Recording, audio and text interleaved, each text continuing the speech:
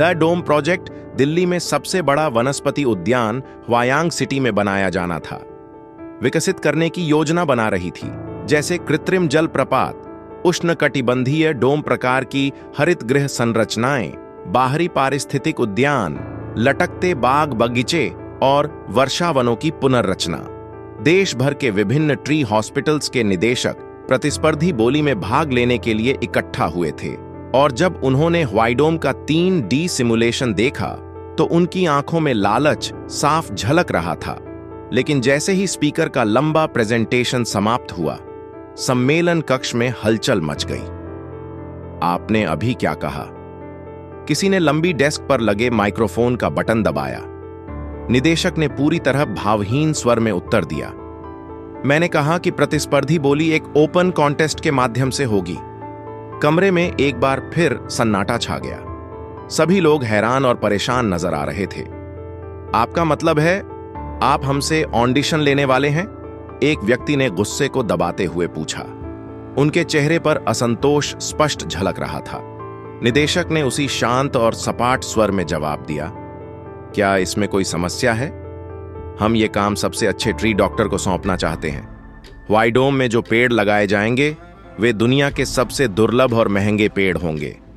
हम नहीं चाहते कि कोई धोखेबाज या ढीला आदमी पैसे के बल पर यह काम पा जाए। नेहा को उसके तीखे शब्दों पर झटका लगा। यहां तक कि डी हॉस्पिटल के सबसे आत्मविश्वासी निदेशक भी अब नाराज लग रहे थे। इसके विपरीत निर्देशक ने शांत भाव से आगे कहा, ओपन कॉन्टेस्ट टूर्नामेंट के रूप में आयोजित किया जाएगा। इतना बड़ा प्रोजेक्ट सरकारी अधिकारियों के लिए कठिन और समय साध्य था, लेकिन ग्रीन न्यू डील के दिशा निर्देशों के तहत प्रकृति में रुचि को प्राथमिकता देना सरकार की मार्केटिंग रणनीति का हिस्सा था। चूंकि यह प्रोजेक्ट अगले आर्बर डे पर लॉन्च किया जाएगा, इसलिए टूर्नामेंट का फिल्मांकन प्रचार वीडियो के रूप में किया जाएगा। कृपया ध्यान दें कि डॉक्यूमेंट्री फिल्म क्रू वहां मौजूद रहेगा। फिर निर्देशक ने वह बात कही जिसका सभी को इंतजार था, जो हॉस्पिटल फाइनल में चुना जाएगा उसे ह्वाईडोम के साथ 10 साल का कॉन्ट्रैक्ट मिलेगा। 10 साल? नेहा को अपनी कानों पर यकीन नहीं हुआ। सम्मेलन कक्ष एक बार फिर गहमागहमी से भर गया। कोरिया का सबसे बड़ा वनस्पति उद्यान, सबसे कीमती और महंगे पेड़, यह एक ऐसा कॉन्ट्रैक्ट था जो अपार ग्राहक प्रवाह और स्थायी आमदनी सुनिश्चित कर सकता था। तो क्या तुम ये करने जा रही हो? अदित्य ने नेहा की ओर देखते हुए पूछा। नेहा कैफे में प्रवेश करते वक्त पूरी तरह थकी हुई दिख रही थी। उसे अभी भी सम्मेलन कक्ष की चिड़चिड़ी भावनाओं का प्रभाव महसूस हो रहा था, लेकिन थकावट के बावजूद उसे अदित्य की नजरें महसूस हो रही थीं। वहां कैमरे होंगे? रिया कुछ कहना चाहती थी लेकिन चुप रही। लेकिन अदित्य चुप नहीं रहा। कैमरों से क्या परेशानी है? उसे नेहा से जुड़ी कोई बात मिस करना पसंद नहीं था।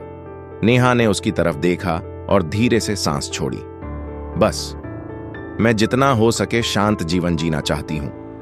अगर मेरा चेहरा टीवी पर आ गया तो बातें बनने लगेंगी। उसने कंधे उचकाए जैसे कुछ खास बात नहीं हो, लेकिन उसके चेहरे की चिंता कुछ और कह रही थी। अदित्य ने सिर हिलाया, लेकिन वह जानता था कि नेहा किसी बात को लेकर झिझक रही है। ओए, डायरेक्टर सो, एक आवाज ने पुकारा जिसे नेहा बिल्कुल पसंद नहीं करती थी। नेहा ने भौहें सिकोड़ लीं, लेकिन तुरंत अपने चेहरे से भाव छिपाकर उठ खड़ी हुई। नमस्ते, बहुत समय हो गया। एक ही इलाके में रहते हैं लेकिन मिलना नहीं होता, बोले डी हॉस्पिटल के निदेशक रोहित। 60 की उम्र में भी उनके बाल घने थे और वह कभी नेहा के बॉस थे। उन्हें देखकर नेहा और भी थक गई, मानसिक रूप से भी और शारीरिक रूप से भी। वह अपनी किस्मत को कोस रही थी कि आज फिर उसका सामना उनसे हो गया। उनसे नफरत करने के उसके पास कई कारण थे। चलो एक दूसरे को हेलो बोलो, तुम दोनों को मिले भी तो काफी समय हो गया है ना? डायरेक्टर जो ने हंसते हुए अपने छात्र की पीठ थपथपाई और उसे आगे धकेला। नेहा ने मुट्ठी भींची और फिर डीली छोड़ी। ह्वाईडो में आने से पहले उसने रोहित के अधीन 5 साल की प्रैक्टिकल ट्रेनिंग ली थी। जूनियर कॉलेज से ग्रेजुएट होने के बाद उसे हॉस्पिटल में सबसे निचले स्तर से शुरुआत करनी पड़ी थी। शुरुआती लोगों को कितना बुरा व्यवहार झेलना पड़ता है, ये बताने की जरूरत नहीं। नेहा ने बहुत कुछ सहा था, खासकर तब जब मोहन को रोहित सबसे ज्यादा मानते थे। मोहन को हमेशा टॉप एलिट्स में गिना जाता था, लेकिन इसके अलावा वह नेहा का पीछा भी करता था। जब उसने एक बार उसे अपनी सेमी बेसमेंट रूम की खिड़की से घूरते हुए देखा तो उसने हॉस्पिटल में शिकायत कर दी थी, लेकिन नौकरी से निकाला गया था उसे, जोयून को नहीं। तुम दोनों बात करो, मैं। रोहित की निगाह रिया पर पड़ी। रिया उठ खड़ी हुई और चुपचाप नेहा को आंख मारी। यह संकेत था कि वह कोई भी जरूरी जानकारी निकालने की कोशिश करेगी। नेहा उसका बहुत शुक्रगुजार थी।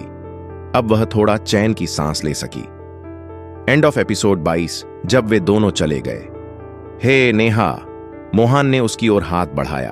तभी पास में बैठा आदित्य ने उसे पकड़कर वापस सीट पर बैठा लिया। मोहन ने हवा में हाथ हिलाया और नेहा भ्रमित होकर उसे देखने लगी। नेहा, मैं चिंतित हूं। आदित्य उसके और भी करीब सट गया। उसका शरीर गर्म था। वो कौन है? नेहा को समझ नहीं आ रहा था कि कहां से शुरू करे। वह हिचक रही थी। तभी आदित्य की बांह ने उसकी कमर को और कस लिया। वह समझ नहीं पा रही थी कि यह चिंता है या सतर्कता, लेकिन जब उसने मोहन को चौंकते देखा तो उसे समझ आ गया कि यह सतर्कता थी। क्या मैं उसे जानता हूं? वह समझ सकती थी कि आदित्य क्यों बेचैन हो रहा था। अगर मोहन कोई पुराना परिचित निकला तो उसे बुरा लग सकता था कि वह उसे नहीं पहचानता। वे यादें जो वह भूलना चाहती थीं, अचानक दिमाग में उमड़ पड़ी। उसने कड़वाहट निगली और जवाब दिया। वो उस अस्पताल में सीनियर था जहां मैं पहले काम करती थी। उसने कहा, तुम उसे नहीं जानते, इसलिए चिंता मत करो। ठीक है। आदित्य ने धीरे से सिर हिलाया, लेकिन उसने अपनी बांह उसकी कमर से नहीं हटाई, बल्कि अब तो दोनों बाहों से उसे और करीब खींच लिया। नेहा उसे कह देना चाहती थी कि ऐसा मत करो। नेहा, वो कौन है? मोहन ने पूछा, उसकी कमर की ओर देखते हुए। हाँ नेहा, हमारा परिचय कराओ, आदित्य ने कहा। नेहा अचानक अपने कपड़ों के आर पार एक गर्म स्पर्श महसूस कर सीधी बैठ गई। यह आदित्य हैं, ये वही हैं जिनके साथ मैं रहती हूं। मैं बस यही कहूंगी कि हम साथ रहते हैं। लेकिन मोहन की आंखें फैल गईं। तो तुम शादीशुदा हो? वह शब्दों के लिए अटक गई। आदित्य उसकी ओर झुककर फुसफुसाया, कम से कम सिर तो हिला दो। वो जवाब का इंतजार कर रहा है। हाँ, सही है। वह उसके जवाब के लिए उसे उकसा रहा था और उसकी कमर पर रखे हाथों की मौजूदगी उसे बहुत ज्यादा महसूस हो रही थी। गुदगुदी हो रही है। नेहा ने खुद को थोड़ा दूर करने की कोशिश की और मोहन की ओर सिर हिला दिया। मैं उसका पति हूं, आदित्य ने कहा, जैसे अब बात को हमेशा के लिए स्पष्ट कर देना चाहता हो। मोहन ने फिर से पूछा, तो तुम दोनों सच में शादीशुदा हो? नेहा को उसका रिएक्शन अपमानजनक लगा।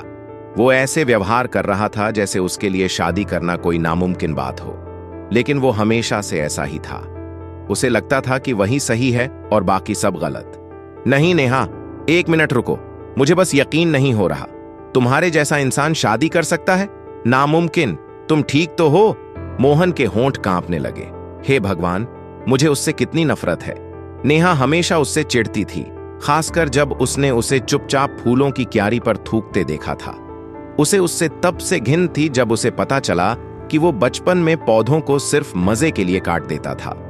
उसके होंठ जब भी किसी बात से कांपने लगते, नेहा का गुस्सा और बढ़ जाता। वो ऐसा लड़का था जो दूसरों को दोष देने और दूसरों की जिंदगी में दखल देने को तैयार रहता था। नेहा इन झगड़ों से तंग आ चुकी थी और इसलिए उसने अपने हक के लिए लड़ने के बजाय अस्पताल छोड़ देना ही बेहतर समझा। तुम पहले ऐसी नहीं थी, मोहन ने कहा। क्या? तुम वो इंसान नहीं हो जो किसी मर्द के साथ डेट करे। तुम्हें लोगों से नफरत थी। मैं तुम्हें जानता हूं नेहा। नेहा ने उसकी बेशर्मी पर आंखें घुमा दी। एक ऐसी औरत को कौन समझे जो पेड़ों और खाद पानी में ही उलझी रहती है? कोई कैसे तुम्हारे जैसे इंसान से प्यार कर सकता है? तुम तो वीकेंड में भी खाद बनाती थी और बाहर नहीं निकलती थी। ये जरूर कोई गलती है। सिर्फ मैं ही तुम्हें तुम्हारे जैसे रूप में स्वीकार कर सकता हूं। नेहा हैरान रह गई। उसे गुस्सा आना चाहिए था, लेकिन वो इस बात से ज्यादा चौंक गई कि एक इंसान इतना भी नहीं बदल सकता। आखिर ये इंसान अब तक वैसा का वैसा ही क्यों है? यह सब इसलिए हुआ क्योंकि मैं तुम्हारे पास नहीं था और तुमने इतनी बड़ी गलती कर दी। मोहन की आंखें फैल गईं और वह गुस्से में कांपने लगा। उसका सिर जोर से दर्द करने लगा। वह उन दिनों को याद करने लगी जब वो अपने छोटे से कमरे में असहाय महसूस करती थी। मोहन हर वक्त उसका पीछा करता था और तब वह इतने पैसे भी नहीं कमा पाती थी कि कहीं और शिफ्ट हो सके। जिन दिनों में वह डर के मारे घर जाने से कतराती थी और लंबा रास्ता पकड़ती थी, उन्हीं दिनों में वह गुस्से से भड़क उठता था। उसे अपनी गरीबी पर गुस्सा आता था, लेकिन उसने सब कुछ सहा क्योंकि उसे अस्पताल में अपनी ट्रेनिंग पूरी करनी थी। उसे अपने खुद के क्लिनिक और शांत जीवन के लिए सब कुछ सहना पड़ा। और अब वह सब हासिल करने के बाद, तुम इतना तमाशा क्यों कर रहे हो? नहीं नेहा, क्या हमारे बीच का समय तुम्हारे लिए कोई मायने रखता था? बिल्कुल नहीं। मुझे तुम कभी पसंद नहीं थे। मैं तुमसे नफरत करती थी। तुमने मेरी जिंदगी को नर्क बना दिया था। अब उस अस्पताल को छोड़े मुझे कई साल हो गए हैं। मैंने अपनी एक पहचान बनाई है और मैं इस पर गर्व करती हूं। जैसा कि तुम देख रहे हो, मेरे पास एक पति है, मेरा खुद का क्लिनिक है। मैं उस जिंदगी को जी रही हूं जिसका मैंने कभी सपना देखा था, और तुम अब भी उसी जगह अटके हुए हो, एक बिगड़ैल बच्चे की तरह जो अब भी मुझे नीचा दिखाने की कोशिश कर रहा है। जरा बड़े हो जाओ।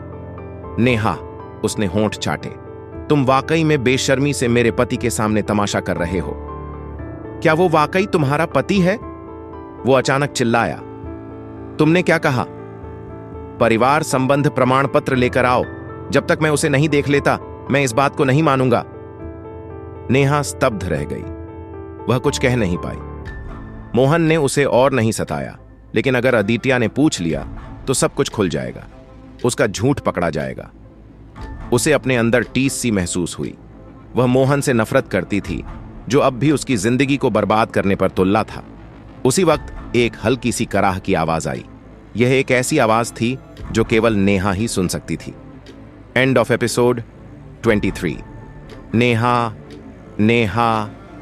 जब उसने अपना नाम पुकारते सुना तो नेहा के भीतर अजीब सी भावनाओं का मिश्रण उमड़ पड़ा। अदित्य का नाम लेने का अंदाज मोहन से बिल्कुल अलग था। अदित्य ने जैसे सिरदर्द हो रहा हो अपनी उंगलियां कनपटी पर दबा लीं। मेरी पत्नी का नाम लेना बंद करो, वरना मैं तुम्हें मार डालूंगा।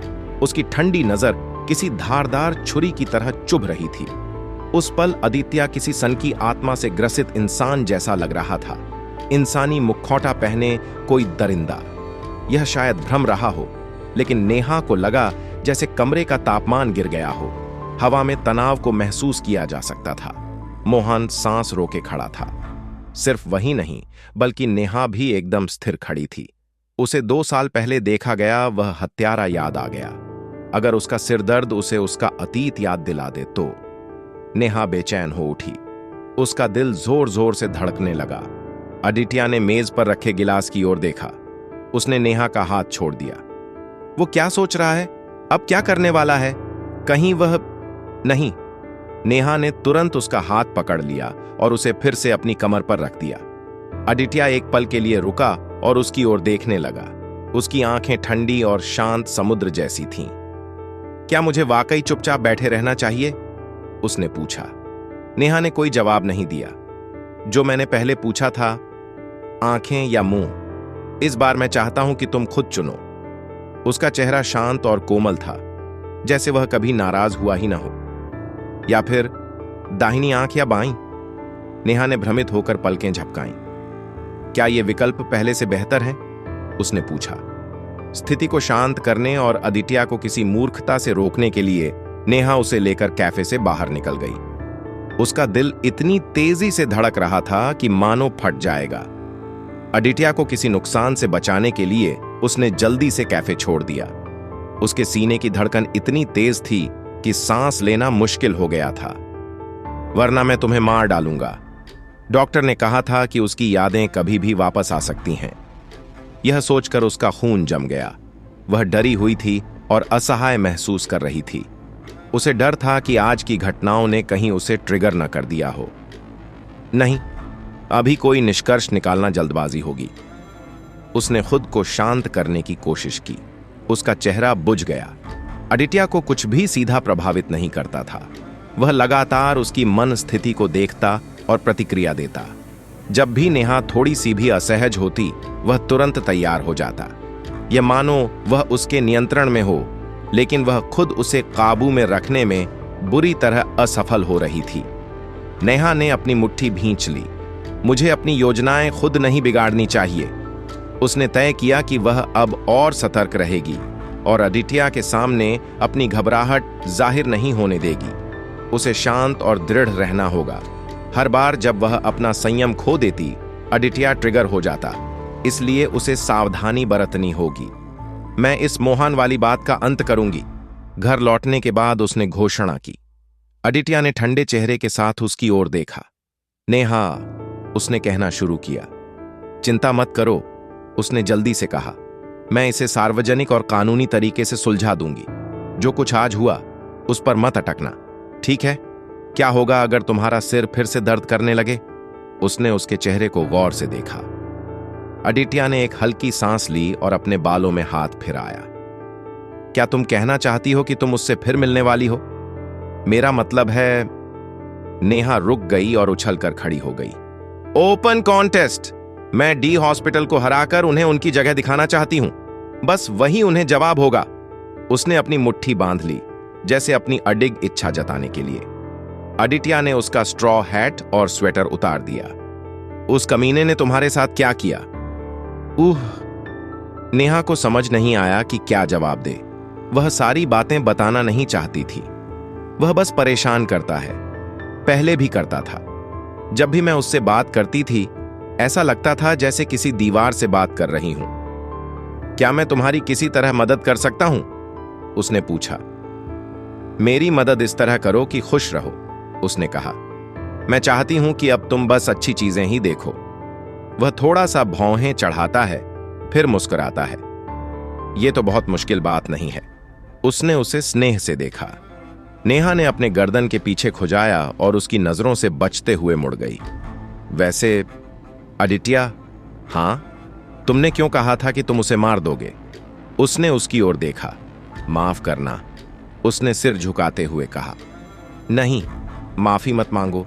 मैं बस जानना चाहती थी। मैंने तुम्हें कभी ऐसे कहते नहीं सुना। अदित्य ने उसकी ओर देखा। मुझे नहीं पता। जब भी वह तुम्हारा नाम इतनी बेहूदी तरह से लेता, मैं अपना आपा खो बैठता। मुझे गुस्सा आता था। क्या तुम वाकई? मैं खुद को रोक रहा था कि कहीं उसका मुंह ना उखाड़ दूं। अदित्य ने अपना जबड़ा भींचा। तुम बहुत असहज लग रही थी। मुझे लगा जैसे तुम रो पड़ोगी। मैं चाहता था कि वह चुप हो जाए। नेहा ने धीरे से सिर उठाया। उनकी नजरें मिली। अदित्य के चेहरे पर जैसे एक राहत की लहर दौड़ गई, मानो अब वह ठीक से सांस ले पा रहा हो।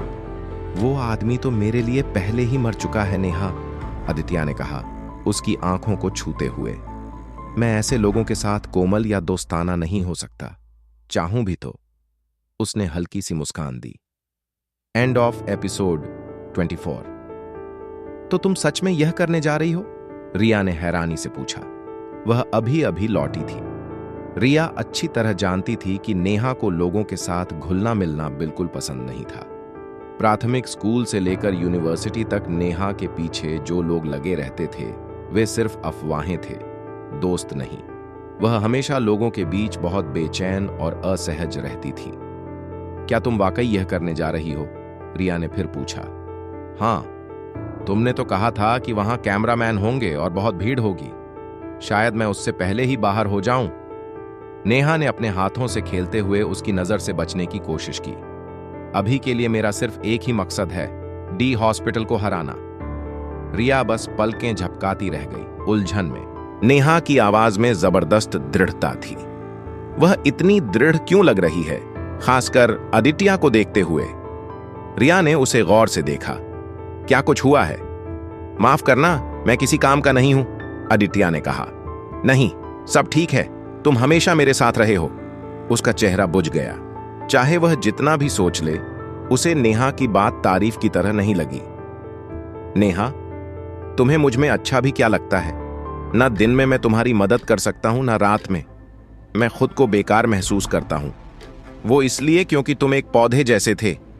क्या? अरे नहीं, नेहा ने मुस्कुराते हुए बात संभालने की कोशिश की।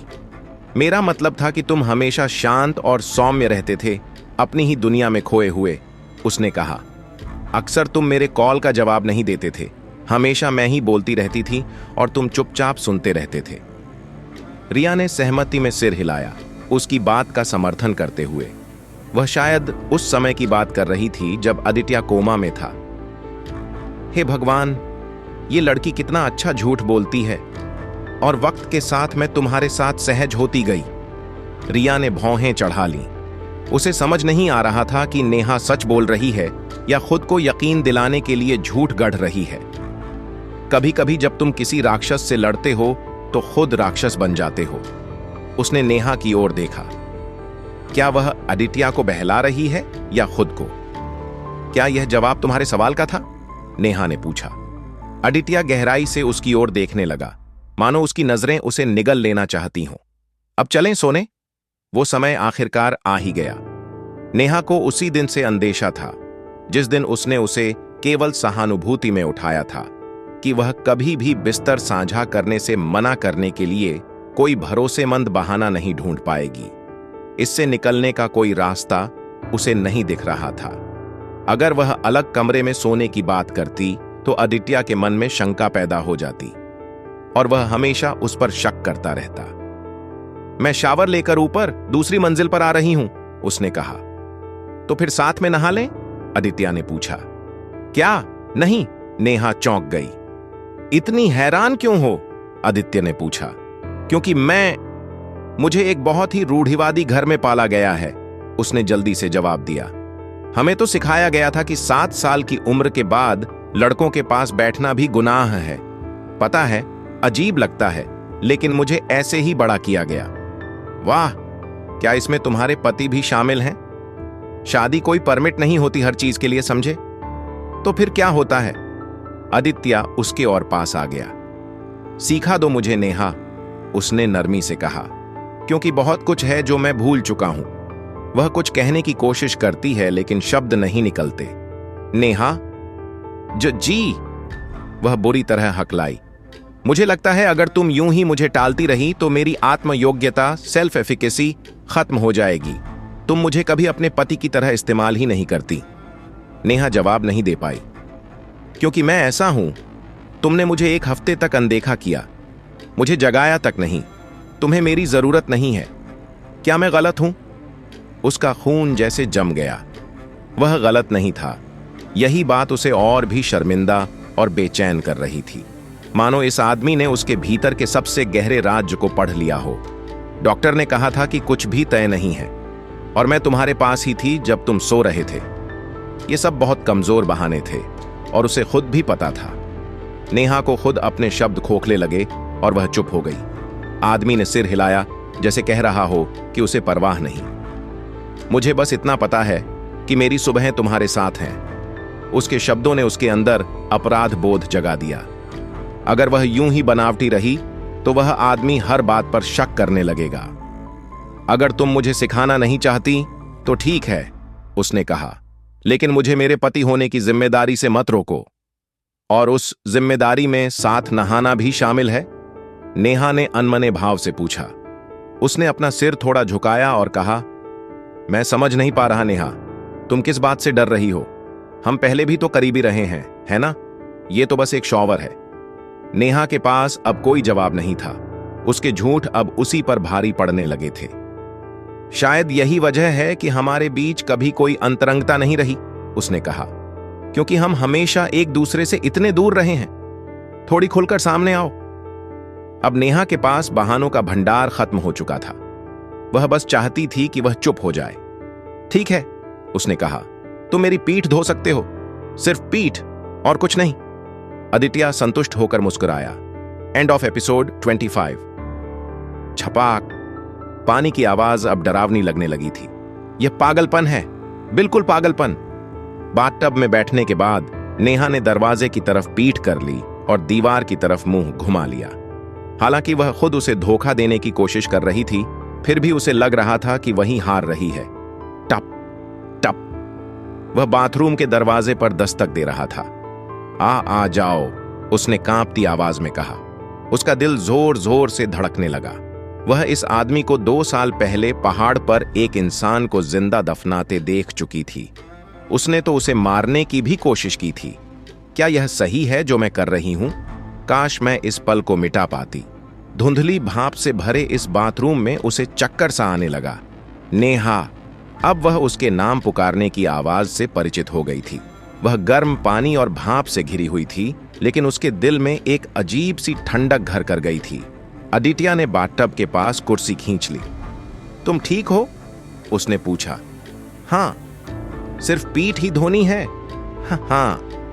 नेहा ने जानबूझकर पानी में झाग बनाना शुरू कर दिया ताकि बाथटब में और बुलबुले बन जाए। जैसे ही अदित्य बाथरूम में दाखिल हुआ, उसने अपनी नजर दीवार पर ही टिकाए रखी। उसे लगा उससे पीठ करना सामने देखने से कहीं बेहतर है। कम से कम तब वह उसका सीना नहीं देख पाएगा। क्या तुमने पैंटी पहन रखी है? उसे उसकी हल्की सी हंसी सुनाई दी। क्या तुम देख सकते हो? नेहा चौंक गई। उसने चारों ओर बुलबुलों का एक बादल बना लिया ताकि सब कुछ छुप जाए। उसे उसकी निगाहें महसूस हो रही थीं। क्या तुमने शर्म के कारण वो पहनी है? शर्म तो तुम्हें आनी चाहिए मुझसे ज्यादा। तुम्हें कुछ भी याद नहीं। मुझे तो थोड़ी आदत है इस सब की, लेकिन मैं बस सोच रही थी कि कहीं तुम्हें मुझे इस तरह देखना अजीब न लगे।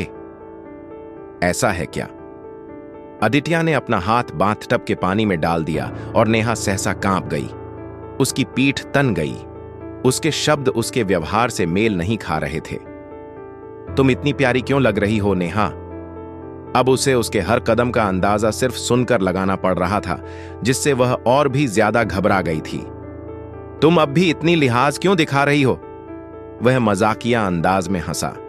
उसका हाथ अब भी पानी में था। नेहा उसका सामना करना चाहती थी, लेकिन कर नहीं पा रही थी। वह उसे अपना सामने वाला हिस्सा नहीं दिखाना चाहती थी। अदित्य भी उतना शांत नहीं था जितना दिखा रहा था। जब उसने उसकी पतली सी पीठ देखी तो उसे उसकी त्वचा को छूने की, सहलाने की तीव्र इच्छा हुई। उसके शरीर का कोई ऐसा हिस्सा नहीं था जो उसकी नजर से बच पाया हो। अगर मैं अपने लालच में बह गया तो क्या वह मुझसे दूर भाग जाएगी? उसने सोचा। उसकी पीठ, गर्दन, नाजुक कंधे और पतली कमर को वह एक तक देखता रहा।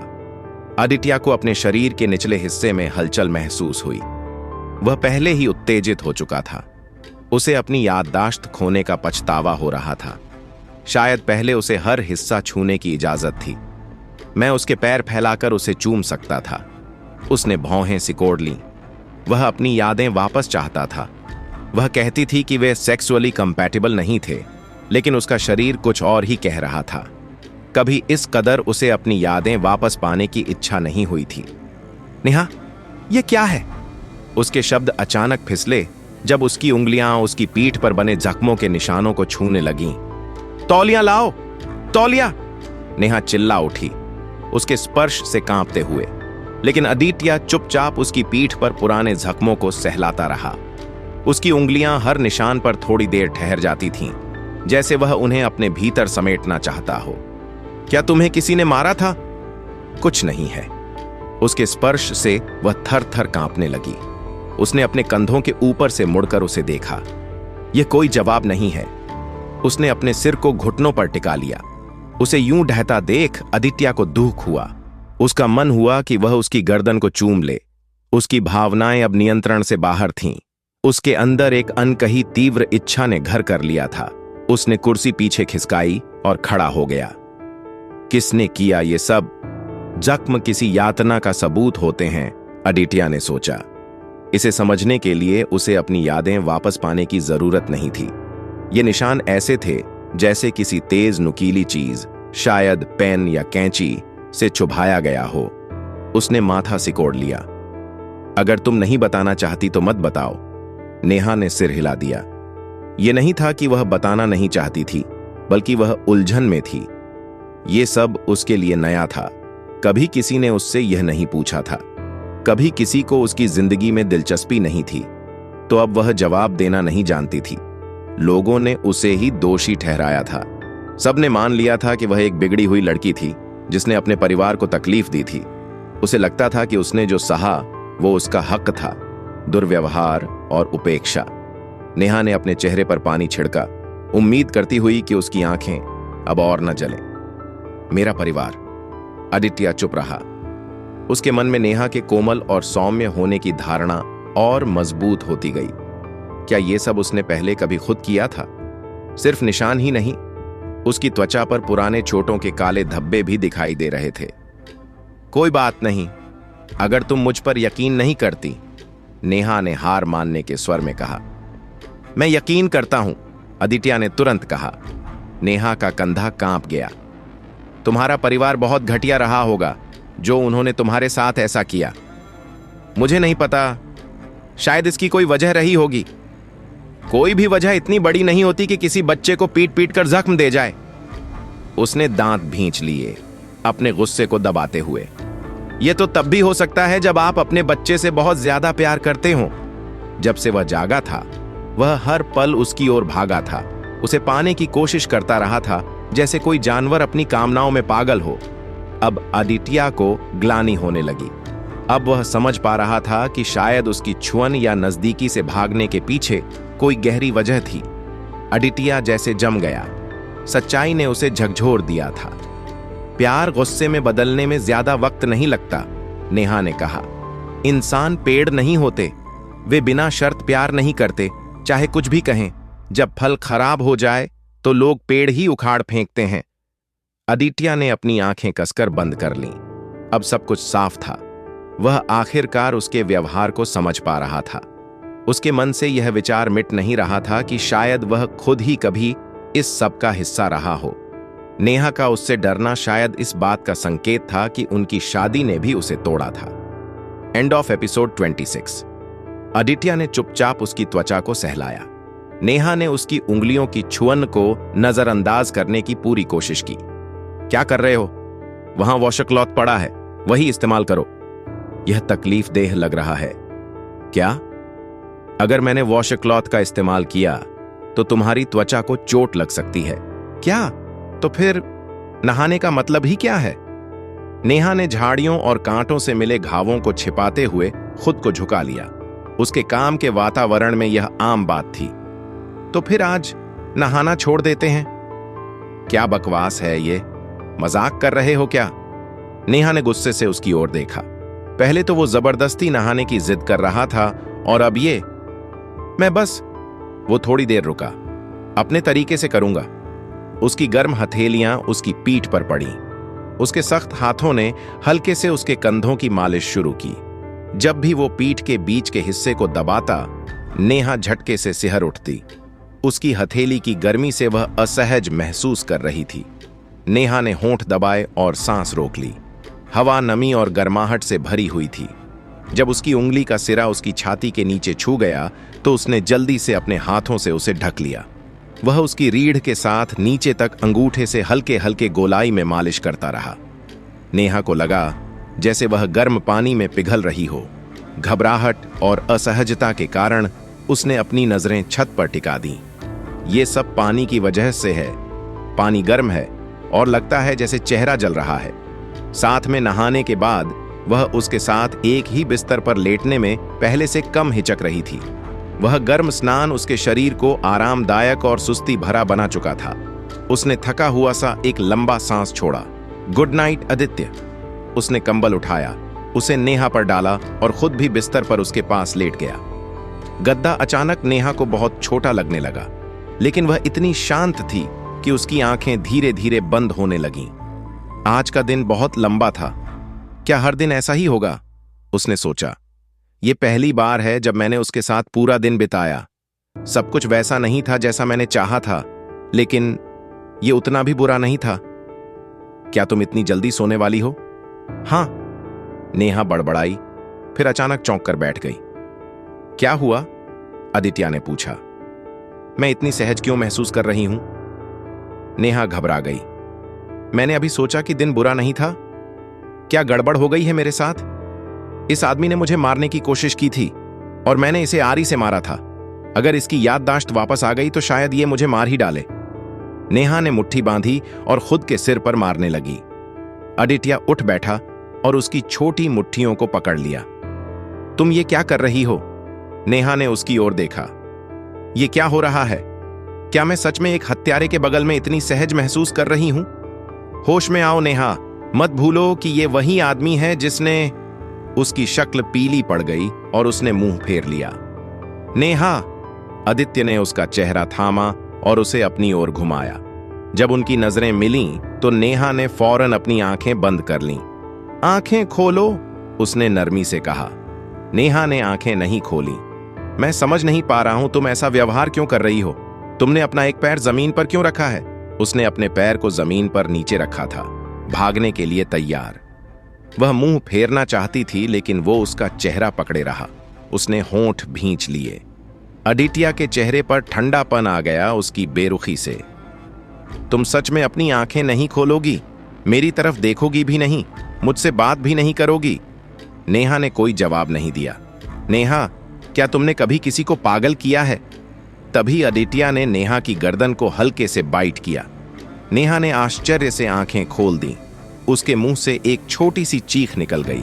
The answer is probably no, because you are being too reckless. उसने अपना सिर उसकी गर्दन में गड़ा दिया, उसकी त्वचा को लिक किया और हार्ड सक किया। वह उसे इस तरह बाइट और स्क्रैच कर रहा था जैसे उसका होश उड़ गया हो। उसकी बॉडी ओडर इतनी स्ट्रांग थी कि वह खुद को रोक नहीं पा रहा था। नेहा ने दर्द में तड़पते हुए शरीर को हिलाया, लेकिन उससे उसकी उत्तेजना और बढ़ गई। उसका दिमाग सुन्न हो चुका था। अब वह बस अपनी प्यास बुझाना चाहता था। उसने एक हाथ से उसका चेहरा थामा और दूसरे से उसके सिर के पीछे को पकड़ लिया। वह उसकी हर चीज को महसूस करना चाहता था, उसके शरीर को, उसकी आत्मा तक को। नेहा चीख उठी। आदित्य ने अपनी टीथ को उसकी नाजुक त्वचा में और गहराई तक गड़ा दिया। उसकी प्यास सुबह से ही भड़की हुई थी। And of episode 27। क्या तुम्हारी याददाश्त वापस आ गई है? नेहा ने उसके सीने में कांपते हुए पूछा। उसका सवाल सुनकर वह चौंक गया। क्या वापस आ गई है? उसने फिर पूछा। नेहा डरी हुई थी। एक वफादार और कोमल इंसान का अचानक उसकी गर्दन को इतनी आक्रामकता से काटना सिर्फ यही दिखाता था कि वह वापस आ गया है। वह पागल था। उसे सबसे बुरी आशंका सता रही थी, वह उसे मार सकता था। क्या तुम्हारी याददाश्त वापस आ गई है? उसकी आवाज में घबराहट थी। वह डरी हुई लग रही थी। आदित्य वर्तमान में लौट आया। उसने जो कर रहा था उसे रोक दिया। उसने उसकी घायल गर्दन को देखा और कांपती हुई नेहा को भी। यह दर्दनाक लग रहा था। नहीं, उसने शर्म से कहा। नहीं, नेहा। नेहा की आंखों में डर और शक झलक रहा था। उसका खून ठंडा पड़ गया। उसने आदित्य को डर से देखा। वह उसे ऐसे देख रही थी जैसे वह कोई राक्षस हो। आदित्य अपराध बोध और शर्म से भर गया। उसकी आंखों में वो कहानी थी जो उसके अतीत के व्यक्ति की हो सकती थी। जब उसका उत्तेजना शांत हुई तो उसके पास सिर्फ पछतावा बचा। नेहा, मुझे माफ कर दो, उसने कहा। मैंने थोड़ी देर के लिए अपना आपा खो दिया और एक गलती कर दी। उसने अपने बालों में हाथ फेरा और सिर झुका लिया। फिर उसने अपनी आंखों को हथेलियों से ढक लिया। मैं सच में माफी चाहता हूं, लेकिन उसके भीतर सवाल उबल रहे थे। पर उसने मुझसे यह सवाल क्यों किया? क्या सिर्फ इसलिए कि मैंने उसे छुआ? अतीत का आदित्य उसके साथ ऐसा क्या कर चुका है कि उसकी यह प्रतिक्रिया है? उसने खुद को शांत करने के लिए गहरी सांस ली। उसने खुद को शांत करने के लिए एक गहरी सांस ली। नेहा, आज हमें एक साथ नहीं सोना चाहिए। क्या? यही मेरी सजा होगी? मैं अपनी सुबह को छोड़ दूंगा। उसने उसकी ओर देखा। अगर ये 1-2 महीने तक भी चले तो कोई बात नहीं। मुझे तब तक मत जगाना जब तक तुम मुझे माफ नहीं कर देती। आदित्य बिस्तर से उठ खड़ा हुआ। ये क्या मतलब है उसका? क्या ये सच में ऐसा है? नेहा ने हैरानी से देखा कि वह दूर जा रहा है। वह बहुत राहत महसूस कर रही थी कि उसकी याददाश्त वापस नहीं आई है और वह अकेली सो सकती है। उसने अपनी गर्दन को छूते हुए कराह उठी। वह बिस्तर से उठी और आदित्य के पीछे चल दी। आदित्य, रुको! उसने सीढ़ियों के नीचे से उसकी बेचैन आवाज सुनी और ऊपर देखा। जब उनकी नजरें मिलीं तो उसने धीमे से गाली दी। नेहा समझ गई कि वह बहुत गंदी गाली थी। आदित्य ने थोड़ा मुंह खोला और दर्द में भौहें सिकोड़ लीं। क्या हुआ? क्या तुम ठीक हो? नेहा ने उलझन में पूछा। वह सीढ़ियां नीचे उतरने लगी, लेकिन आदित्य ने हाथ उठाकर उसे रोक दिया। वहीं रुको, उसने काबू में रखी आवाज में कहा। क्यों? उसने पूछा। अगर तुम और पास आई तो मैं तुम्हें अकेले नहीं सोने दूंगा, इसलिए वहीं रहो। नेहा हिलती भी नहीं। या क्या तुम मुझे चरम पर पहुंचते देखना चाहती हो? नेहा की आंखें अनायास ही उसके शरीर के निचले हिस्से की ओर चली गईं। उसे एहसास हुआ कि वह अभी भी उत्तेजित था। तो क्या इसका मतलब है कि तुम देखना चाहती हो? उसने आंखें संकरी कर लीं। क्या? नहीं, नेहा ने जल्दी से कहा और अपनी नजरें फेर लीं। सच में? उसने कहा। तुम अभी कुछ सेकंड पहले काफी दिलचस्पी से देख रही थी। मैं नहीं देख रही थी, नेहा ने पलटकर कहा। मैं तो बस यह देख रही थी कि कहीं कुछ गिरा तो नहीं। इस घर की मालकिन होने के नाते मुझे इसे साफ रखना होता है। मैं किसी की तरह लापरवाह नहीं हो सकती। वह चिढ़ गई थी। उसने उसकी आंखों से नजरें चुराई। फर्श अभी ठीक है फिलहाल, उसने उसी चिढ़ के साथ कहा, लेकिन अगर तुम मुझे ऐसे ही खड़ा रखोगी तो यह ज्यादा देर तक ठीक नहीं रहेगा। नेहा का चेहरा लाल हो गया। अदित्य ने अपने जबड़े भींच लिए, जैसे खुद को रोकने में उसे बहुत कठिनाई हो रही हो। उसका शर्माना उसे और मुश्किल में डाल रहा था। जैसे ही उसने मन बना लिया, वह तेजी से पलटा और पहली मंजिल की ओर बढ़ गया। नेहा उसे जाते हुए एक तक देखती रही। फिर उसे याद आया कि वह तो कुछ कहने आई थी। रुको, उसने कहा और उसके पीछे दौड़ी। अगर तुम अकेले सोना चाहते हो तो हमें कमरे बदल लेने चाहिए। रुको, तुम मेरे कमरे में क्यों जा रहे हो? फिर मैं कहां? अदित्य ने दरवाजा बंद कर लिया और अंदर से ताला लगा दिया। यह पहली बार था जब उसने उसे ऐसा देखा था। इस बीच अदित्य ने उसकी आवाज को अनसुना करने की पूरी कोशिश की। उसका बिस्तर, जिसमें उसकी खुशबू थी, उसके लिए एक भयानक स्वर्ग बन गया था। यह उसे उसकी याद दिलाता था। उसने अपना चेहरा उसके तकिए में दबा लिया और अपनी तृप्ति के लिए अपने अंग को सहलाने और रगड़ने लगा। क्या इस अस्पताल में बस तुम, रिया और मैं ही हैं? एक बार अदित्य ने सभा भोज की ओर जाते हुए पूछा था। एक और है, लेकिन वह ज्यादा एक कीट चिकित्सक जैसा है। लेकिन बहुत समय हो गया है उसे देखे हुए। वह स्कूल में व्यस्त है। क्या वह भी शिक्षक है? वह प्राथमिक विद्यालय जाता है। नेहा ने इससे ज्यादा जानकारी नहीं दी थी। अदित्य की उससे मुलाकात तो होनी ही थी। डायरेक्टर! मुख्य दरवाजा खुला और एक छोटे लड़के की आवाज कमरे में गूंज उठी। बच्चा एक बड़ा बैग लिए था जो सामान से फटने को तैयार लग रहा था, लेकिन उसकी चाल में आत्मविश्वास था। बच्चा अपनी बाहों में एक पारदर्शी कीट पिटारी पकड़े हुए था। And of episode 28। यह ली ग्यूबेक था, एक 7 साल का बच्चा जिसने अभी हाल ही में प्राथमिक विद्यालय में प्रवेश लिया था। अब मैं एक बड़ी 28 धब्बों वाली लेडीबग और एक साधारण 28 धब्बों वाली लेडीबग के बीच अंतर खुद से बता सकता हूं। इस गर्मी में चाइनीज स्टार फैट मक्खी को पकड़ूंगा और उसका अध्ययन करूंगा। हमेशा की तरह ग्यूबैक ने नमस्ते कहने के बजाय अपने ज्ञान की बातें शुरू कर दी। बच्चा एक कुर्सी पर बैठ गया, कीड़ों की एक किताब निकाली और पढ़ने लगा। 2 अच्छी खबरें थीं। एक, वाइडोम प्रोजेक्ट के पहले टूर्नामेंट के मानदंड घोषित कर दिए गए थे। दूसरी, कीट डॉक्टर लंबे समय बाद अस्पताल आए थे। नेहा ने बच्चे को हाथ हिलाकर अभिवादन किया और अपने कंप्यूटर की ओर लौट गई। कुल 50 कंपनियां इस ओपन स्क्रीनिंग में भाग ले रही थीं। उनमें से स्प्रूस हॉस्पिटल का पहला प्रतिद्वंदी ग्रीन ट्री हॉस्पिटल था, जिसके बारे में वह काफी कुछ जानती थी। वह अस्पताल कौशल, प्रतिष्ठा और अनुभव के मामले में बहुत स्थिर माना जाता था। यदि प्रबंधन के वस्तुनिष्ठ संकेतकों से देखा जाए तो स्प्रूस हॉस्पिटल अभी भी ग्रीन ट्री हॉस्पिटल की बराबरी तक पहुंचने से काफी दूर था। तो पहला टूर्नामेंट किस बारे में है? रिया ने उसके पास चलते हुए पूछा। छंटाई। उन्होंने इस प्रतियोगिता को लेकर इतना हल्ला मचा रखा था कि मुझे लगा पहला चैलेंज कोई मुश्किल काम होगा। लेकिन छंटाई? सच में? ये तो बच्चों का खेल है। क्या मैं तुम्हारे लिए कैंची साफ कर दूं? मुझे पता है, लेकिन बात यह है, क्या वो पेड़ 30 मीटर ऊंचा है? रिया और नेहा ने एक दूसरे की ओर देखा और चुप हो गए। समस्या ये थी कि वो पेड़ 10 मंजिला इमारत जितना ऊंचा था।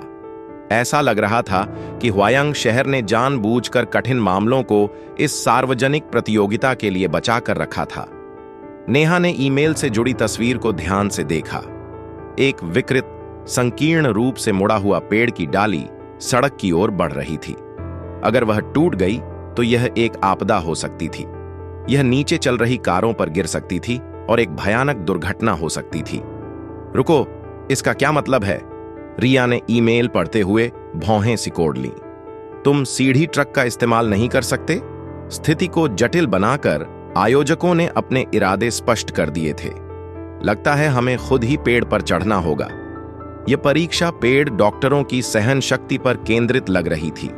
पेड़ डॉक्टर का काम शारीरिक रूप से बहुत कठिन होता है और उन्हें अक्सर पेड़ों पर चढ़कर सर्जरी करनी होती है। यह परीक्षा यह जांचने के लिए थी कि क्या वे इस काम को लेकर समर्पित हैं और डरते नहीं हैं। लेकिन भले ही तुम उस पेड़ पर चढ़ सको, क्या शाखाएं इंसान का वजन सह पाएंगी? रिया ने कहा। वह सही थी। इतने ऊंचे पेड़ पर चढ़कर उसकी छंटाई करना आसान नहीं होने वाला था। नेहा की नजर ग्यूबैक पर पड़ी, जो उसके कमरे की ओर बढ़ रहा था। रुको, नेहा ने कहा, तुम वहां नहीं जा सकते। नेहा उसे रोकने के लिए दौड़ी, लेकिन बच्चा तेज था। उसने दरवाजे का हैंडल घुमाया और उसके कमरे में दाखिल हो गया। कमरे में सन्नाटा छा गया। एक आदमी नेहा के बिस्तर पर लेटा हुआ था। कमरे के पर्दे बंद थे। उसकी त्वचा और पलकों का रंग बर्फ जैसा सफेद था। ऐसा कीड़ा पहले कभी नहीं देखा, ग्यूबैक ने आंखें फैलाते हुए बुदबुदाया। बच्चे की आंखें इस अप्रत्याशित दृश्य से चमक उठीं। फिर उसने धीरे से उस आदमी के ऊपर से कंबल हटाया।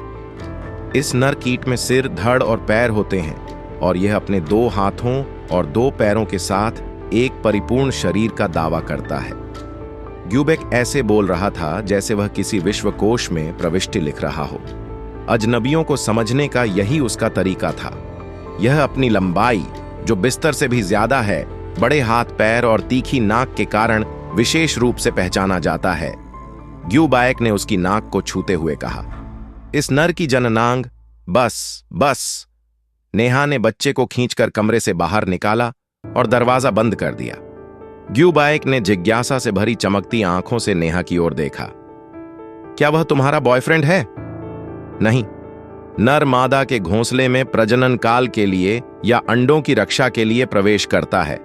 पशु विश्वकोश, पृष्ठ संख्या 193। नेहा ने खांसी की और गर्दन के पीछे खुजाया। मैंने कहा ना, ऐसा कुछ नहीं है। तुमने उस नर को पकड़कर बंद कर दिया है। क्या? वह नर, वह एक दुर्लभ प्रजाति है। नेहा उलझन में ग्यूबैक को बिना कुछ कहे देखती रही। मुझे उस नर का आकार पसंद है। वह कूल दिखता है। उसकी ताकत और शरीर को देखकर लगता है वह अच्छा शिकारी होगा। उसके दांत मजबूत हैं, उसकी टांगें भी मजबूत हैं। ग्यूबैक की आंखें उत्तेजना से चमक उठीं। नेहा ने थक कर लंबी सांस छोड़ी। ग्यूबैक, वह दुर्लभ नहीं है बल्कि खतरनाक है। मजबूत नर स्वभाव से ही खतरनाक होते हैं। कुछ भी कहने को न पाकर नेहा ने माथा मसल लिया, लेकिन ग्यूबैक की चिढ़ाने वाली बातें नहीं रुकीं। वह नर नहीं जागता, वह दिन में भी सोता है। तुम्हें सिर्फ पौधे पसंद हैं, इसलिए तुमने शायद उसे जहर देकर पकड़ा होगा। नेहा ने सिर हिलाया। उसने बैठक के पर्दे खोल दिए ताकि कमरे की गर्म हवा बाहर निकले। तभी उसकी चीख निकल गई। मोहन खिड़की पर किसी कीड़े की तरह चढ़ा हुआ अंदर झांकने की कोशिश कर रहा था। उसका गाल शीशे से चिपका हुआ था। नेहा ने खुद को संभाला और खिड़की खोली। तुम यहां क्या कर रहे हो? नेहा, मोहन ने उदासी भरी नजरों से उसे देखा। मैंने देखा एक बच्चा तुम्हारे घर में गया। तो मोहन ने उसकी पीठ के पीछे झांका। ग्यूबैक ने उसे देखा और फिर से अपने विश्वकोश में कुछ लिखना शुरू कर दिया। यह नर, जिसमें सिर, पेट और पैर होते हैं, बहुत अजीब आकार का है। यह अच्छा नहीं दिखता, ग्यूबैक ने बुदबुदाया। ग्यूबैक, नेहा ने उसे रोकने की कोशिश की। इसके 2 हाथ और 2 पैर तो हैं, लेकिन इसकी खिड़की से बाहर की उपस्थिति बहुत अजीब है। यह मानसिक रूप से ठीक नहीं लगता। And of episode 29। तुमने क्या कहा? मोहन ने नाराजगी के साथ आवाज उठाई। हो, ग्यूबैक ने ऐसे कहा जैसे उसे अब तक की सबसे मजेदार चीज मिल गई हो। यह तो मुंह से झाग भी निकालता है। बच्चा सही था। लेकिन यह बात मोहन को बिल्कुल भी पसंद नहीं आई। कोई नहीं जानता था कि उसे पागल बनाने के लिए क्या चीज काफी होगी। नेहा ने खिड़की बंद की, ग्यूबैक को सोफे पर बैठाया और मुख्य दरवाजे से बाहर निकल गई। मोहन वहां खड़ा उसका इंतजार कर रहा था। अगर तुम दोबारा मेरे घर के आसपास घूमते दिखे तो मैं पुलिस को बुला लूंगी, नेहा ने कहा। क्या वो तुम्हारा बच्चा है? तुमसे मतलब? ग्यूबैक एक होशियार बच्चा था। लोग चकित रह जाते जब पता चलता कि वह प्राथमिक विद्यालय में पढ़ते हुए भी अस्पताल में काम करता है। लेकिन मोहन का सवाल उसकी निजी जिंदगी में टांग अड़ाने जैसा था। तो नेहा, वह चीखा, क्या उसकी वजह से तुम अचानक गायब हो गईं? गायब? मुझे तो तुम्हारी वजह से नौकरी से निकाल दिया गया था। यह नहीं हो सकता। मैंने तुम्हारा कितना ख्याल रखा, लेकिन कैसे? तुम जैसे इंसान का बच्चा कैसे हो सकता है? नेहा ने गहरी सांस ली। वो बिल्कुल भी उसकी बात नहीं सुन रहा था। उसके गुस्से से आंखें फड़कने लगीं और उसने अपने चेहरे को दोनों हाथों से ढक लिया। मैं पुलिस को बुला रही हूं। नेहा ने अपना फोन निकाला और नंबर डायल किया। नेहा, मुझे अब भी विश्वास नहीं हो रहा कि तुमने शादी कर ली। क्या किसी कर्ज की वजह से या किसी मजबूरी में तुम्हें उसके साथ रहना पड़ रहा है? अगर ऐसा है तो मैं समझ सकता हूं, मैं मदद कर सकता हूं। मुझे उसकी ये आंखें नापसंद हैं। गंदी, घिनौनी चीज। वो एक बेवकूफ था। उसे खुद के अलावा कोई और कभी पसंद ही नहीं आया। वो हमेशा मसीहा बनने की कोशिश करता, जब किसी को उसकी जरूरत ही नहीं होती, और सबसे कम नेहा को। उसे तो बस ये आदमी अपनी जिंदगी से बाहर चाहिए था। वो एक मूर्ख और एक स्टॉकर था, और उसे अपने प्रभाव का इस्तेमाल करना भी आता था। ऐसे तुच्छ इंसान का निशाना बनना बेहद दुखद और निराशाजनक था। हेलो, पुलिस स्टेशन, नेहा ने मोहन को घूरते हुए कहा। एक स्टॉकर ने मेरे घर में घुसपैठ की है। नेहा, मैं सिर्फ तुम्हारी चिंता कर रहा हूं, मोहन ने जोश से कहा। लगता है यह शराब के नशे में है, नेहा ने फोन में कहा। यह हंगामा कर रहा है और बकवास कर रहा है। नेहा! मोहन का चेहरा लाल हो गया और उसने ऐसे व्यवहार किया जैसे नेहा ने उसे धोखा दिया हो। क्या तुम्हारा ख्याल रखना कोई अपराध है? नेहा ने कुछ सेकंड के लिए फोन को अपने कान से दूर किया। नहीं, लेकिन किसी का पीछा करना जरूर अपराध है, और किसी के घर की खिड़की पर चढ़ना भी। तुम कीड़ों को मारने में मजा लेते हो। उसकी आंखें अब अपरिचित हैं, मोहन ने सोचा। जिस नेहा को वह जानता था, वह एक अकेली सीधे सादी लड़की थी जिसे आसानी से बहकाया और दबाया जा सकता था। आज की डायरेक्टर शो एक बिल्कुल अलग इंसान लग रही थी। जो इंसान एक हत्या का गवाह बना हो और 2 साल तक एक हत्यारे के साथ रहने को मजबूर रहा हो, वह बदलता है। नेहा हमेशा सतर्क और चौकस रही थी। अब यह स्वाभाविक था कि वह ज्यादा सतर्क हो गई थी। अब उसके लिए हर दिन एक खतरा था और उसे सतर्कता से कदम रखना होता था। उसके सामने खड़ा यह आदमी अब उतना डरावना नहीं था जितना कभी हुआ करता था। अब वह साहसी बन चुकी थी। तुम चींटियों से खेलते हो, मासूम कीड़ों को मारते हो और खुद को बहुत ताकतवर समझते हो। यह सब बस एक मजाक है। यहां तक कि मेरा 8 साल का ग्यूबैक भी ऐसा नहीं करता। एक बच्चा तुमसे ज्यादा समझदार है, एक वयस्क आदमी से। मोहन की होठों में गुस्से से कंपन हुई। क्या तुम्हें अपने पति के बारे में यकीन है? पिछली बार जब हम मिले थे तब ऐसा लगा कि उसे अपने गुस्से पर काबू रखने में मुश्किल होती है। क्या तुम्हारे लिए उसके साथ रहना मुश्किल नहीं है? वह दबाव बना रहा था। क्या मैं बहुत ज्यादा मांग रहा हूं? हम जिला कार्यालय चलें, तुम मुझे दस्तावेज दिखाओ और बात खत्म।